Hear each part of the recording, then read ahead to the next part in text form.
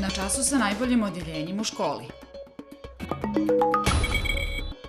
Dječja manifestacija idućeg vikenda u Baru. 5. sezona mini odbojke. Pitamo se, kako izgleda biti đak najboljeg odjeljenja u školi? Gledate Vadada vijesti Crna Gora.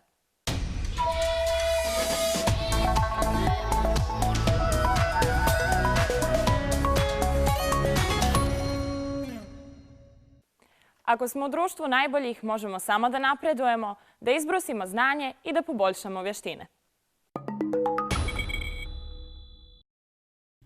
Tradicionalna 18. manifestacija pjesmom do zvijezda biće održana u sportskoj dvorani Topolica u Baru 26. oktobra.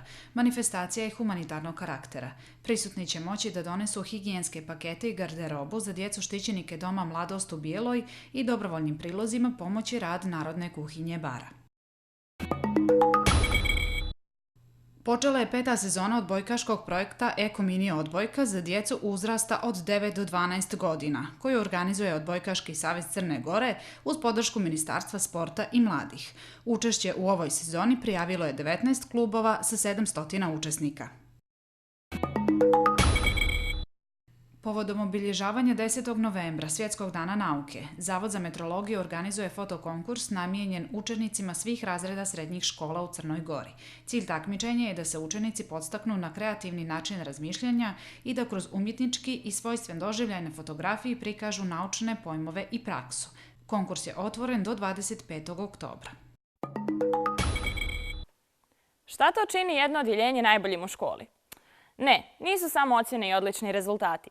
Otkrivamo uz narednu priču iz Podgoričke osnovne škole. Red, rad i disciplina. Tako na prvi pogled izgleda 7.1. Zvanično proglašeno najbolje odjeljenje osnovne škole Pavle Rovinski u Podgorici. Ali osim obrazovanja i opšteg znanja, njih povezuje i među ostalima ističe još nešto.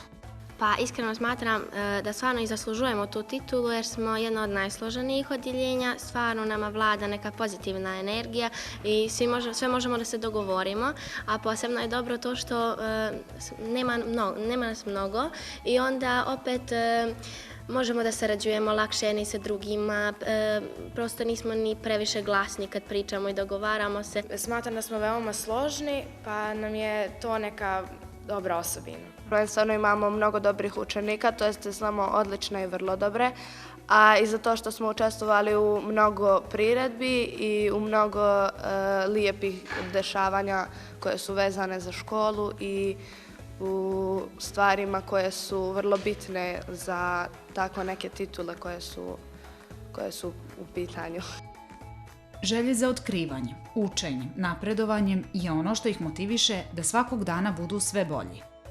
Pripremamo jedan časopis, to je drugi broj časopis Istorijski odjek koji je izašao prije nekoliko godina. Najviše se bavimo raznim sportovima, ali ima tu i školica, glume, pjevanja i tako dalje. A i u školi isto imamo razne sekcije koje također donose bodovanja i za naše uspjehe sutra kad se budemo upisivali u srednje škole, a i kada se ocjenjuje koje odjeljenje najbolje. Smatram da za najbolje odjeljenje treba mnogo sloge u odjeljenju i mnogo vaspitanih učenika koji su ovdje došli nešto da nauče, ne samo da bi stvarali nevolje. Mislim da je prosjek svakako važan, ali najvažnije je da nešto naučimo u školi, zbog toga smo i ovdje, da učimo nove stvari, da ih saznajemo i mislim da je to svima najbitnije. Titula najboljeg odjeljenja u školi je čast, ali obećavaju da će nastaviti da se trude da održe kvalitet i inspirišu druga odjeljenja u školi. Sedmaci, srećno!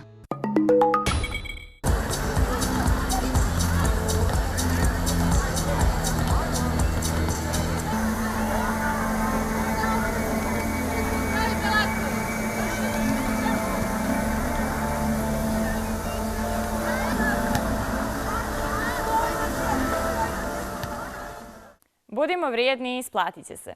Hvala na pažnji.